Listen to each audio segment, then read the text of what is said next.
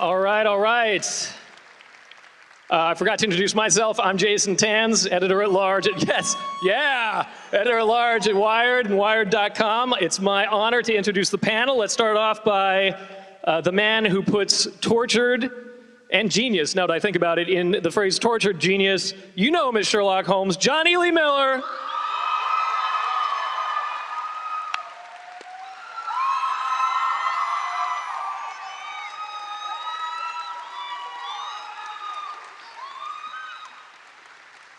All right, she's not only a surgeon, a sober companion, a great detective, she is also a native New Yorker. Give it up for Stuyvesant High School's own Lucy Liu.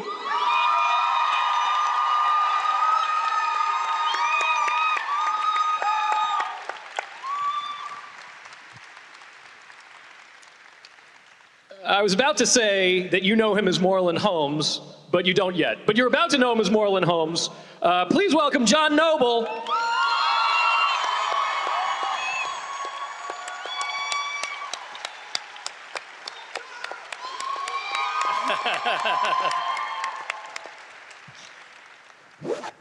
And finally, the man who brought Sherlock from Baker Street to Brooklyn, executive producer Rob Doherty.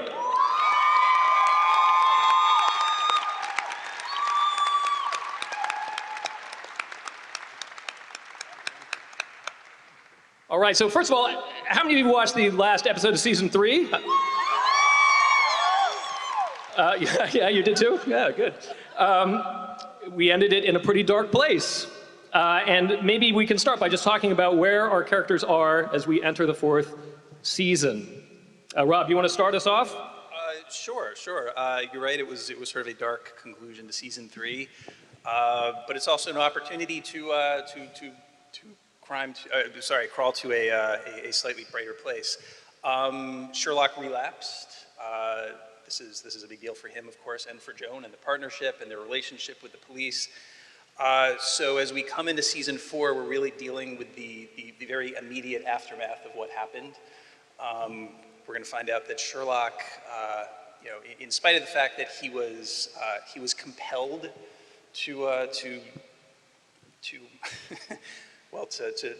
grievously injure Oscar Rankin, there are consequences. He beat Oscar to the point that the district attorney may be pressing charges.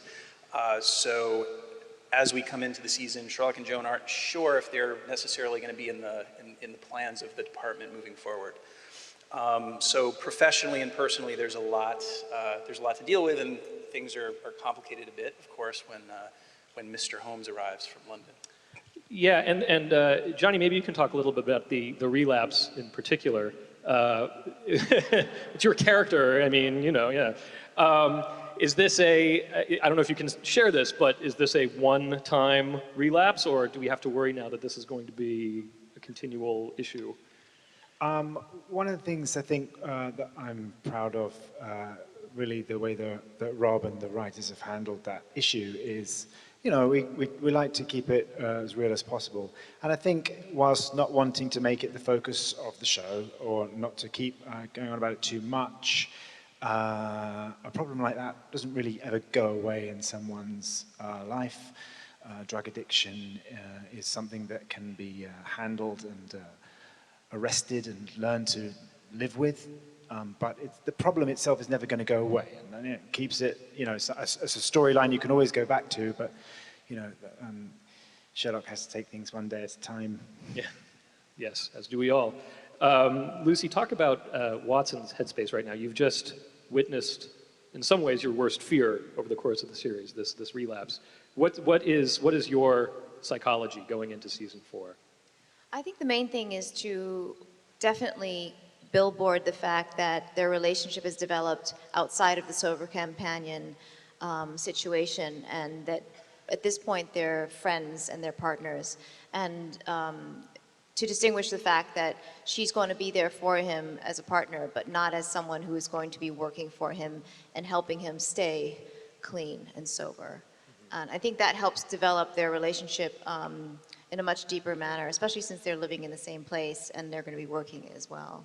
So I think that as the seasons have progressed, you get to know their relationship more and more. And I think as that deepens, it also creates a really nice connection for the audience because we get to know them as we read the scripts that Rob sends us, and so does the audience. So that's a really nice thing to have. And I think earlier we talked about how there is human flaws, and specifically that Sherlock's kryptonite is something that is not going to destroy him, but it's something that's weakened him, and that's made him more porous, and therefore something that is more accessible for Watson.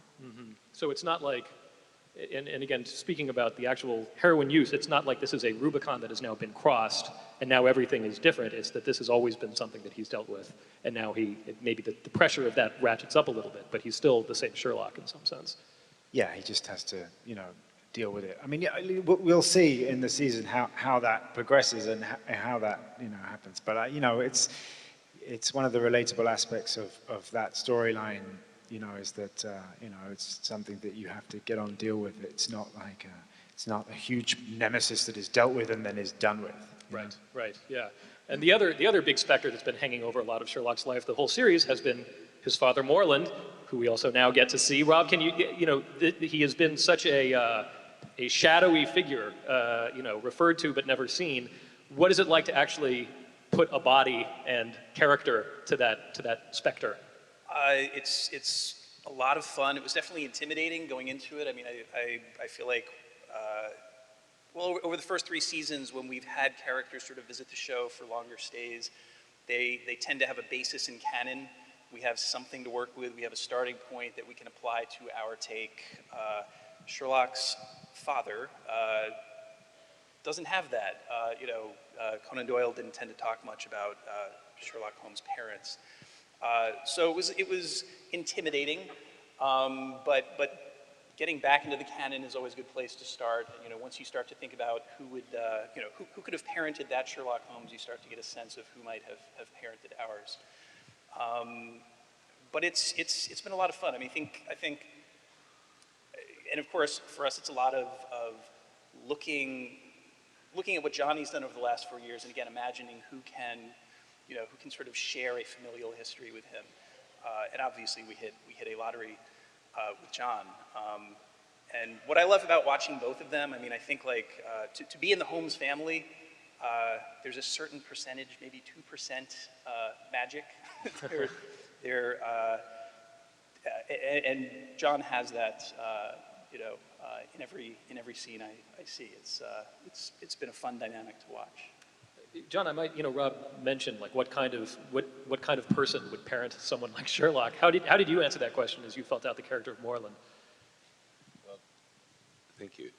Look, the first thing I want to say is what an honor it is for me to share the stage with these astonishing people. So thank you for choosing me.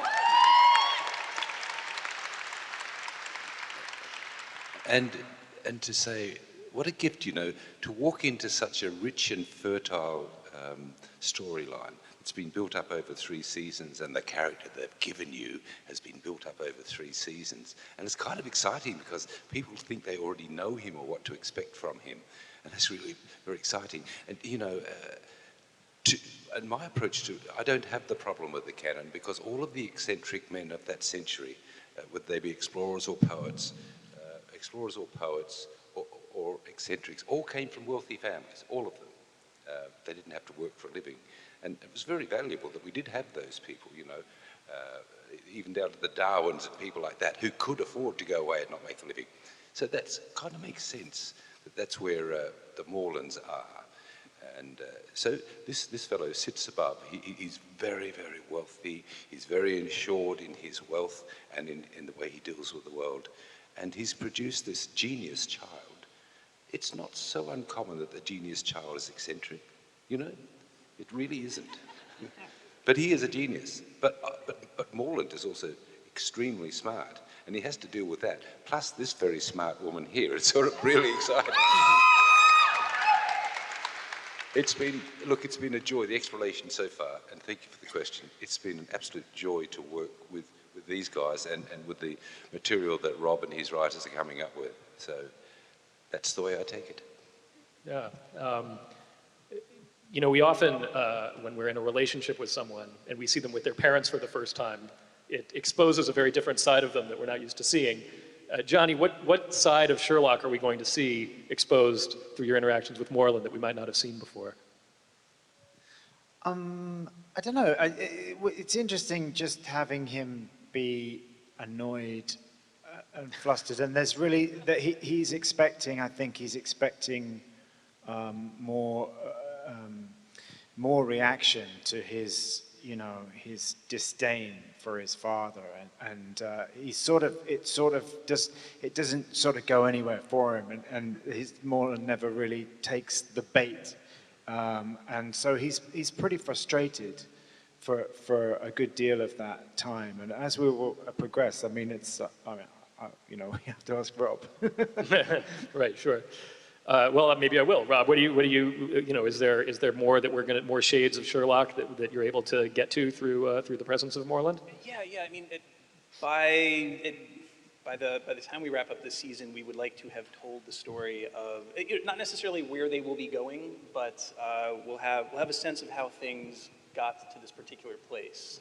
Exploring this shared history is fertile territory for us. So it's something we want to tell in dollops as we wrap up this season. Might one of those dollops potentially be like Rhys Ifans shaped? Is there any chance that he might be returning? We have a Rhys Ifans shaped hole on the set that he slots right into. That would be fantastic. That's something all of us would love to see, and it's something we are aggressively pursuing. So yeah, we shall see. I would love to see the three Holmesmen together. In particular, it'd be great to have Mycroft back because it doesn't just present stories and complications for Sherlock and Moreland, but of course Joan shares Yes, of course. a complex history with the man as well. So What? This is going to be hard for you to hear, Joan gets Jonny. busy again without the boyfriend dying. And Joan, Lucy, we saw a little bit of Joan's interaction with, I'm method. We saw a little bit of Joan's interaction with Moreland and how she's going to stand up for Sherlock. What do we learn about Watson and her relationship with Sherlock through Moreland? I think the complexity of bringing in his father is going to create a little bit of friction, not between just the two of them, but possibly between her and Sherlock and her and the father, because you always see how dimensions of and levels of a relationship change and how people act around different people. There's a clique of friends that you hang out with, and then when you're hanging out with another group of people, people's personalities or actions start to change, and I think you'll see that dynamic. And I think that Rob has done a great job of orchestrating that energy and that shift, and it's subtle and it's important because that always adds a little bit of a dramatics level, an underlayer, an undercurrent of what we're doing. And then we have the procedural aspect, which is always wonderful too, because you don't just get stuck in this soap opera, which I think sometimes can get a little heavy-handed in other shows, but not ours. Everything's quite like dosed and very sort of spiced in the right manner. my hands are very light. Yeah, Very light, they're yeah, good light. dosing and spicing hands. Yeah. Yeah, exactly. Another character through which we learned a lot about Sherlock has been the character of Moriarty. I imagine there might be some in the audience. I know. I imagine there might be some in the audience out there who'd be excited to see Natalie Dormer return, particularly in the second row. You got anything for us? He's talking to you. Natalie has proved as elusive as Moriarty in many respects. We would love to actually. I had the opportunity to talk to Natalie a few weeks ago and sort of discuss some possible scenarios for a return. But she is actually, I believe she has, if I'm remembering this correctly, she has co-written a movie and is going to help produce it. and that presents some obvious logistical problems for us. But you never know. We will, we'll stay in touch, and we'll see what we can cook up. Good. We shoot the show like all year anyway, so it's bound to work out. Because when they stop working, we'll still be working. Right. Speaking of actors taking on different roles behind the camera, Lucy, any more directing work from you this season? Yes, actually, I'll be directing episode number 22. So I've been lucky enough to be a part of the directing group the last 3 seasons, so very lucky. And it's wonderful because it's a very different way of looking at what you do and how you do it, and it's just changed my perspective quite a bit. And everyone's been so supportive and wonderful, and it's a lot of work. If I just was on one side of the camera during that time, it'd be great. But Rob has been wonderful in sort of separating the series so that sometimes like Belle will come on for more, or Captain Gregson sort of able to fill in the slots, so I'm not like in traction in the hospital afterwards. And Jonny, just between you and me, how is it being directed by Lucy? Just between the two of you. Just between us. No one else. But speak into the mic, please. Yeah. So it's just, it's a wonderful, wonderful thing to see someone begin to fulfill, their dreams and ambitions and progress. And if that's obviously an evolution that someone wants to take, it's wonderful to see. We have a very tight-knit crew that's been working together for a long time. And it's an ideal opportunity for that. So it makes total sense that someone would, take that opportunity. And Lucy is, Lucy's an actor's director.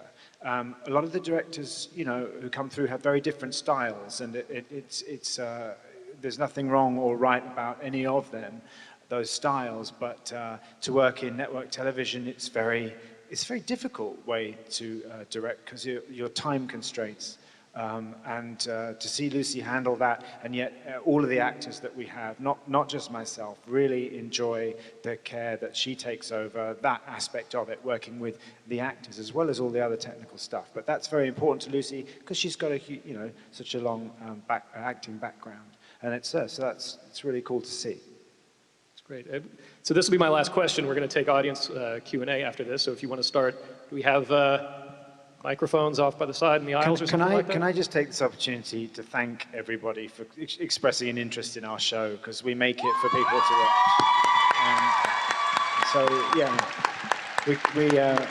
watch. We greatly appreciate it, and without an audience, we are nothing. So thanks a lot for coming out today. Great. I'm not even going to ask my last question. Let's just get to the audience. I think you get the first question over here. First of all, I want to say I'm a huge fan of all 3 of you. I won't gush too long. Lucy, congratulations on your son. Thank you.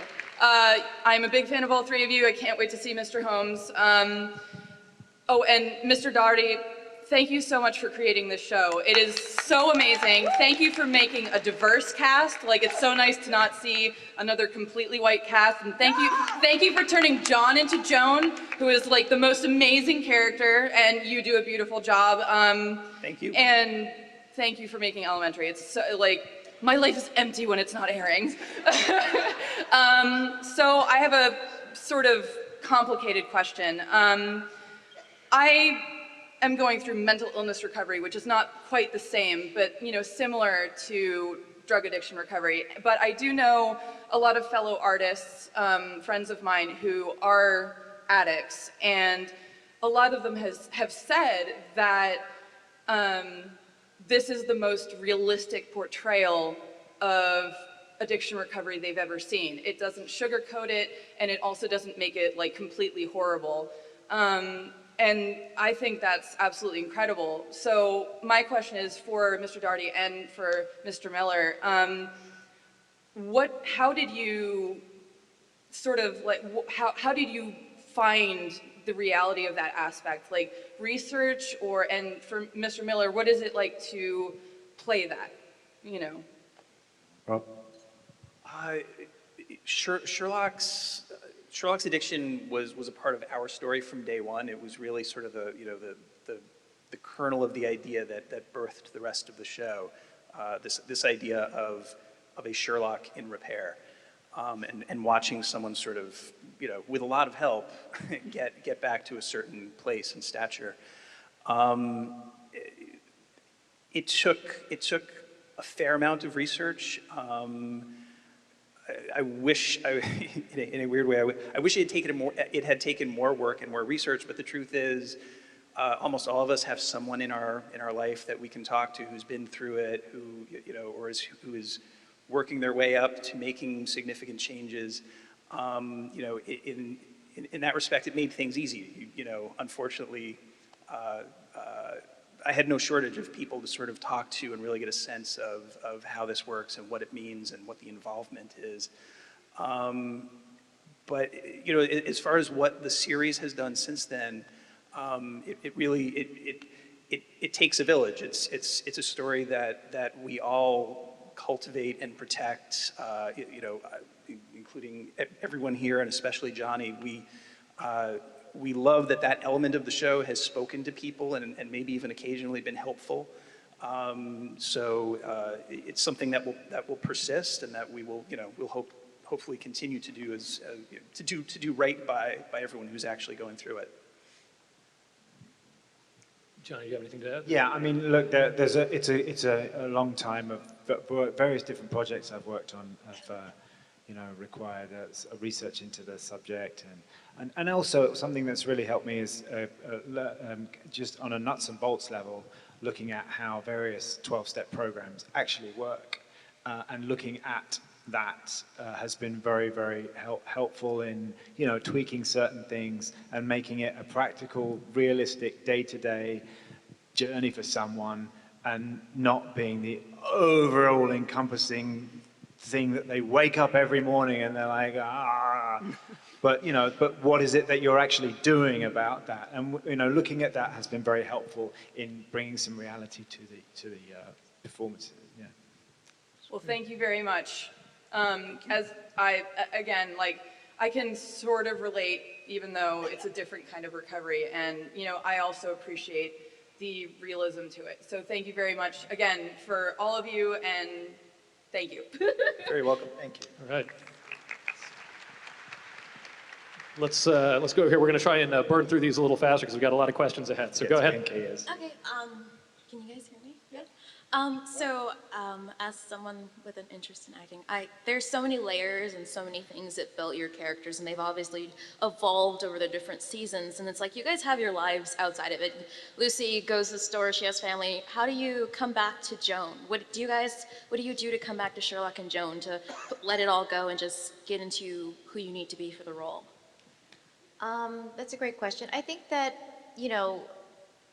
when you are working with a group of people and it becomes sort of a family environment, you fall back into that very quickly and not so much easily, but it's all sort of in the script and in the writing.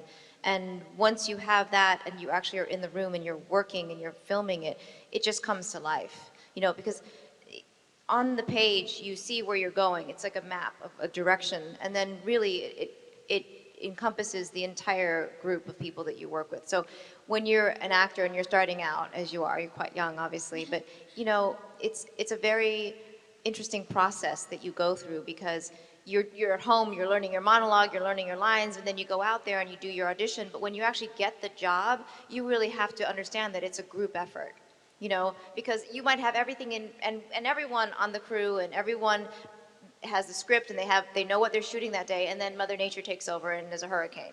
So you just have to roll with the punches. So as an individual, you do your job, you show up to work, everything else will fall into place, And the one thing that we learn in this business, and I think in our own lives spiritually, we don't have control completely. You can control what you can, and the rest you have to let it go. So just remember that when you're going through it, because it is a struggle.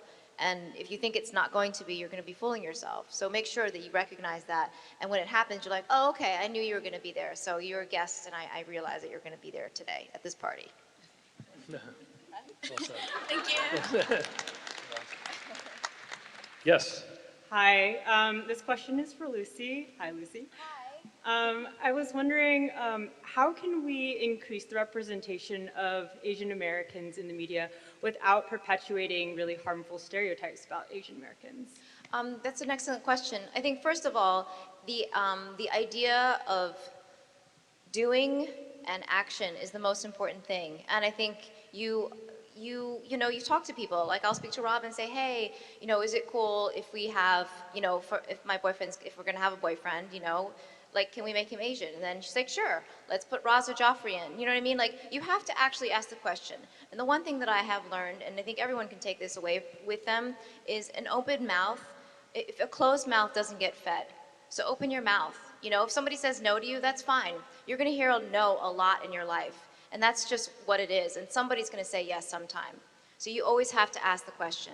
It doesn't always happen. It's never gonna work out. I'll ask Rob all the time, can we make him Asian? He's probably like, oh, it's the Asian call we're getting. Or can we make this person ethnic? It's not just Asian, it's just diverse or real or New York, And he'll say yes and no. That's just the way it is. And he's never said, no across the board. He just hasn't. And it's just the way it is. And I'm not saying it falls only on Rob. It's a complicated group because you've got people above you and above you and above you and above you, but it starts, as Rob said earlier, it's a kernel, and that's what we have to be, and we have to be a participant, and we have to open our mouths. Thank you. Hi, this is kind of touching on what the first person said about how diverse elementary is. It's one of my favorite things. And one of my favorite recurring characters is Miss Hudson, who is played by an actual trans actress as a trans character. And I was just wondering if we're going to see more of her in this season. Maybe. Nothing in the immediate future. I mean, we're now through 11 stories. We were shooting our 9th episode. We've got about 11 stories. Hers is a name that comes up quite a bit. So we'll see. I just don't have. I wish I could tease an episode. We just don't have one in our first batch. But it's always been great to have her. Hi, this is for John Noble. So two of your most famous roles, I think, are Denethor in Lord of the Rings and Walter Bishop in Fringe. Both notably are completely estranged from their sons. Do you think that this has helped you at all prepare for your role as Sherlock's father? I guess the question is what prepared me for the first one, I'm not estranged from my children, but there was something deep within me that understood what that felt like, Look, a lot of it, Lucy's already, a lot of this comes out of the writing, if you observe the writing, but also, see, it's really important for us as actors and writers to observe life. I mean, I get in trouble for staring at people. Honestly, always have. I'll be sitting in a restaurant with my wife and I'm just tuned into a conversation the other side of the room. She says, stop staring. Why are you looking at that woman? So what I'm saying to you is these things you get by observing, and I think sometimes you use it by intelligent research. What you don't know, you find out. And certainly when I did Walter Bishop, there were things that I did a lot of reading about all sorts of things before I put my foot into that water. So, fathers and sons, mothers and daughters, we all know it because we're all one or both of those things. I just observe really, really carefully what happens. But the fundamental thing underneath family is there's somewhere, hopefully, is an unconditional love that will surface at the end. I work on that premise, and that's what I do. So that's the answer. Thank you. Thank you. That was a great question. I think applause for that question. Very thoughtful. Yes. Hello, I'm a very big fan of their show. That's why I'm here. But this question is particularly for Johnny. I've seen two different portrayals of Sherlock, and they seem non-human, very sort of, I'm a genius and I can figure everything out, everyone else is stupid. And your Sherlock can sometimes be like that, but you bring a very human element to it. He has flaws, he tries to be better. and Lucy's character helps him in that. And something that I love when I see you guys like together is when she gives you advice, you actually say, okay, maybe I should take it the same when you're giving her advice, and how you know that your genius is something you were born with, that you sort of got better at, but you knew that you could teach her. And I just want to know, like, the relationship you guys have, either on screen or not on screen, like, when you're working together and blending these characters. I know it has to do a lot with the writing, but is there something that you bring into the character to say, okay, I need to make this more, not like relatable, but also human? I think I'd have to give credit to that idea that I wanted to do to Arthur Conan Doyle, because when I'm, faced with the challenge of playing Sherlock Holmes, which at the time, lots of current incarnations of him, I went back to reading the novels. And I had put post-its on every page where I found anything that I thought, oh, that's interesting, and I wasn't expecting that. And one of the main things was that he was way more human in the books and more of a people person and more caring than I had imagined him to be, because I had various incarnations that I had seen. So I really consciously wanted to infuse that into the show. And he's often written very abrasively, and I think it's great, as you say, there's moments of that. But yeah, it was really, I saw that in Conan Doyle's writing, and I was surprised by it, so I thought it was an important thing. And also, it juxtaposes the struggle that the guy's going through. And then as far as, the Holmes and Watson, I mean, that's what makes a duo, a team, that's what makes that work, is that they care about each other and they listen to each other. If they didn't, it just wouldn't work.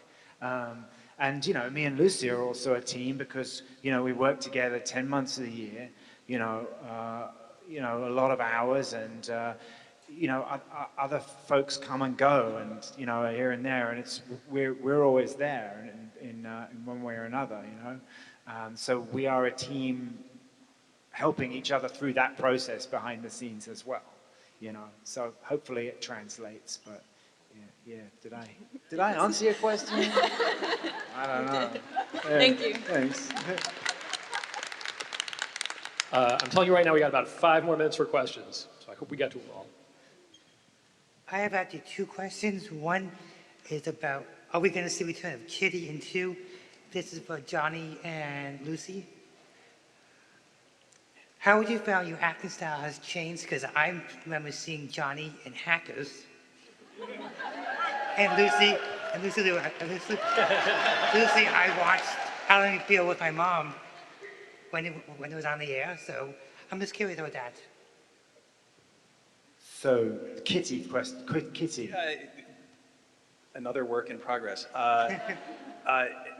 We loved having Ophelia on the show last year.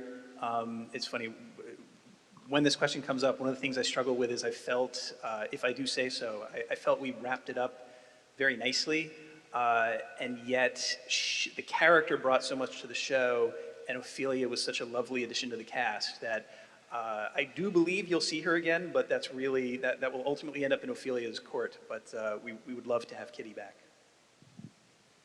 Yeah, and it's funny because I saw at Hackers, I went to a 20th anniversary, oh my God, the other day, and we watched the show, the movie, and hopefully I'm just better than I was there. Because it's lovely antiquated right now, the technology used, and then. Sorry, It was the technology and stuff you did is lovely. It's very antiquated and outdated. There you go, yes. Yeah, but also quite prophetic in a way. Knew that people would be using computers to, communicate so much. It's kind of odd, but anyway, as acting goes, I wanted to be better. All right. I would just say for me, just technically understanding what's going on around me with the camera. I didn't understand that when I first started. I was all about just the work and whatever was going on internally. But now I have a more external awareness of my environment for the camera and all that. And I think that helps because sometimes the joke or the trick is in the movement along with the camera. So if I've got a sword in my hand and I'm doing something and it's not on camera, what's the point? So now I'm like, okay, wait for the camera to move towards you and then do the movement. So it's like, it's sort of like in tandem, you learn to work with the equipment and understand that you can make it even more magical if you actually, have an awareness of all of the other things around you. I'm afraid to say, I think this is going to be our last question. I apologize. Go ahead. Hi, this is a question for both Jonny and Lucy. Obviously, this show goes over a wide variety of difficult and intense situations, and so I was wondering, personally for you guys as actors, which episodes for you were the hardest really to film and put your heart into? For me, it's still back to actually when Sherlock discovered that Irene was still alive. That sort of was the most sort of intense kind of feeling, because I was like, I have no experience of, finding out someone I thought was dead is alive. And, usually it's something you can plug in with your own life a little bit, like, put your headphones on, get emotional, But that was really intense for me, and I love, that's what we enjoy and why we do this job, is because we like to, demonstrate emotion and, delve into it and replicate it, and that's what we enjoy. But that was a particular moment that still sticks out for me.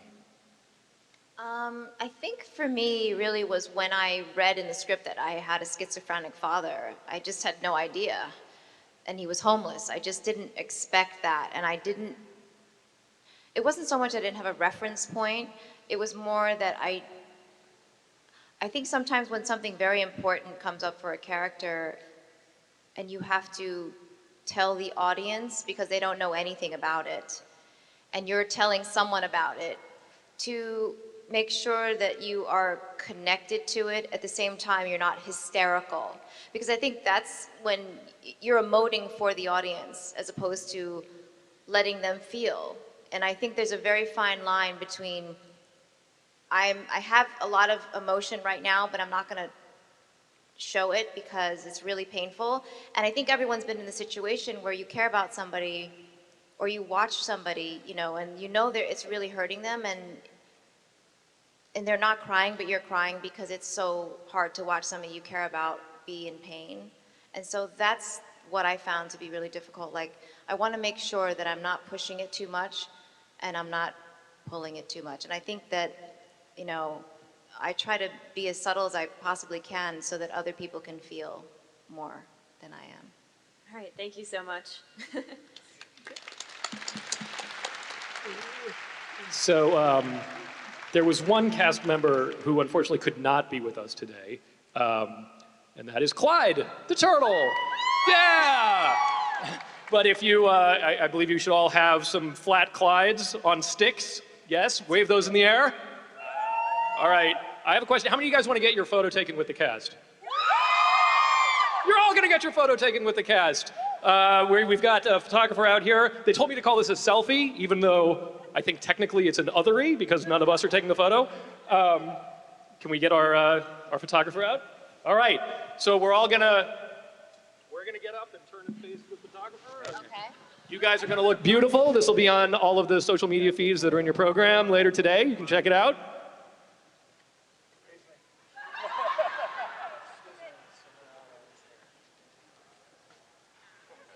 Great, put your Clydes up. Can you see the audience?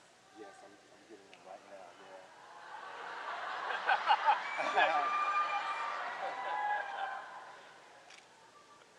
Yes. All right. Got it, thank All right, you. awesome. Perfect, thank you. All right, thank you. Put Your Clydes Up is the name of my new album. Thank you, everybody, so much. Thank you, guys. We're going to be back in just a couple of minutes with the Limitless panel, so hang out. We'll be right back. Thank you.